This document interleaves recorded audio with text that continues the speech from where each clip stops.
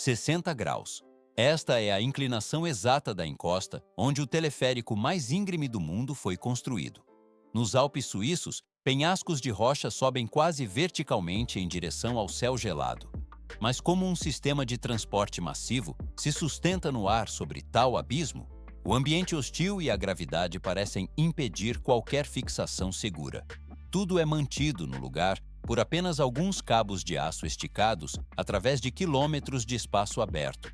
O equipamento é puxado quase na vertical ao longo da face da montanha. Mas isso é apenas o começo. A parte mais impressionante da operação acontece nos bastidores. Trabalhadores precisam se suspender a milhares de metros acima do solo neste canteiro de obras extremo. À primeira vista, a montagem parece um processo industrial padrão, mas na prática, a instalação de cada polia, parafuso e cabo de aço envolve risco iminente.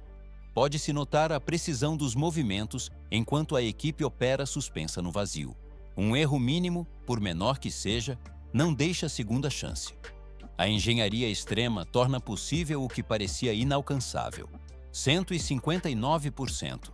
Essa é a inclinação máxima absoluta que as cabines enfrentam na linha Steckelberg-Mühren, situada no sul da Suíça.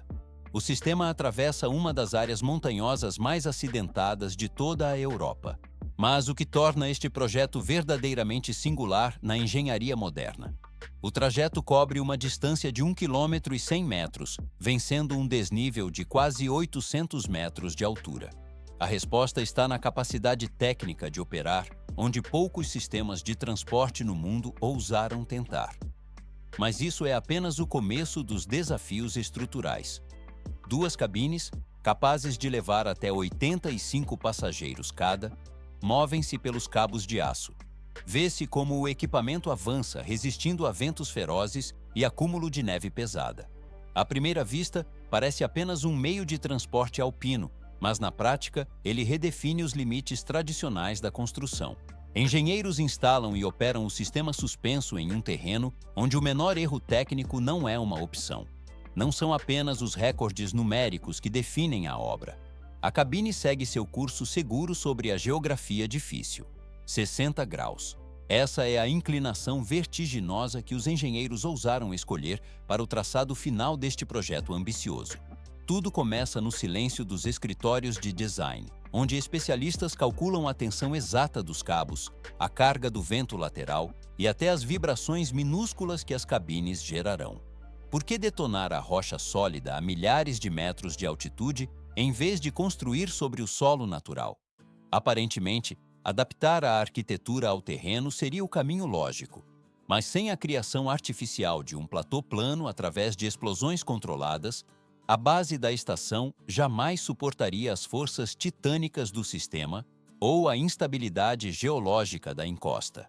Perfuratrizes hidráulicas abrem dezenas de orifícios na rocha granítica, dispostos em uma malha geométrica com espaçamento de poucos centímetros a 1 metro.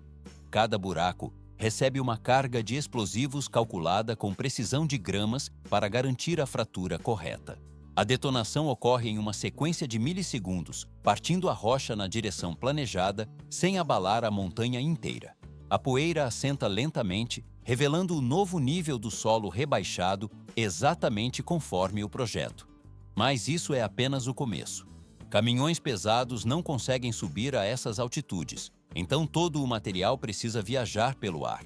Um teleférico temporário é construído às pressas, funcionando como uma artéria logística vital para o canteiro de obras.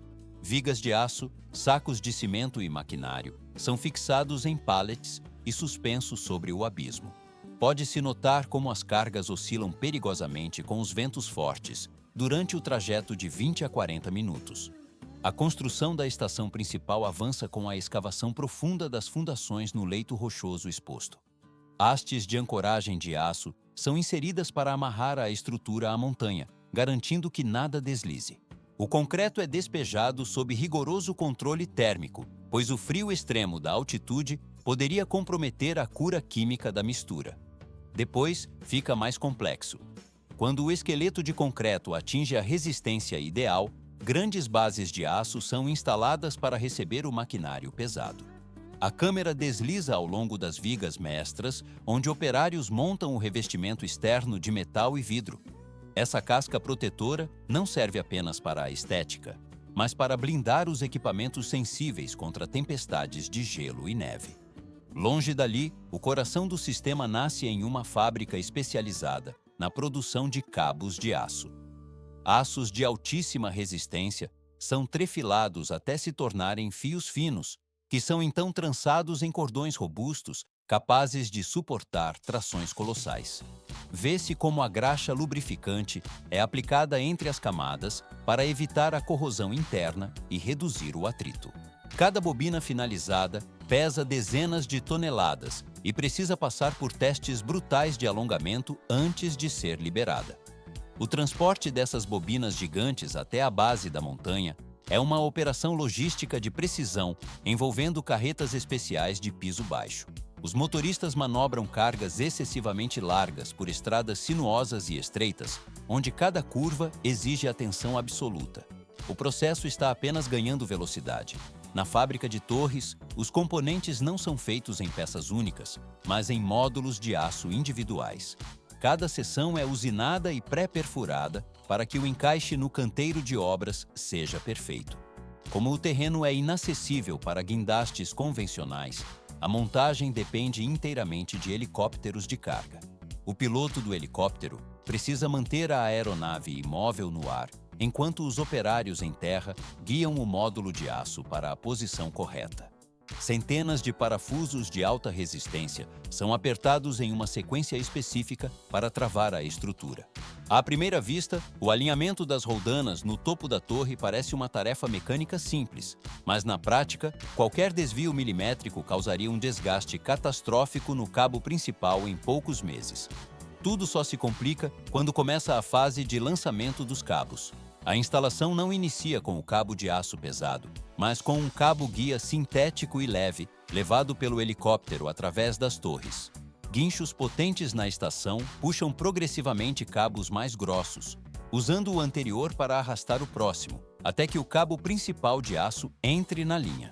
O movimento é lento e monitorado por rádio, pois o cabo não pode tocar o solo rochoso em nenhum momento. Nas alturas, ocorre a etapa mais delicada de todas: a emenda do cabo para formar um anel contínuo. Operários trabalham em plataformas suspensas, desenrolando as pontas dos cabos e entrelaçando os fios manualmente em uma trança complexa. A tensão mecânica fará com que os fios se apertem uns contra os outros, tornando a emenda virtualmente invisível e indestrutível.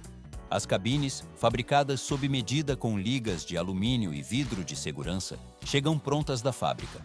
Elas são acopladas ao cabo, com sistemas de amortecimento ajustados para garantir o conforto dos passageiros, mesmo com ventos fortes. Transição para o próximo nível. O sistema de acionamento, composto por motores elétricos de alta potência e caixas de redução gigantescas, é conectado à rede. O software de controle gerencia a aceleração, a velocidade de cruzeiro e as paradas de emergência com redundância tripla. Antes da inauguração, o teleférico passa por semanas de testes exaustivos sem passageiros humanos.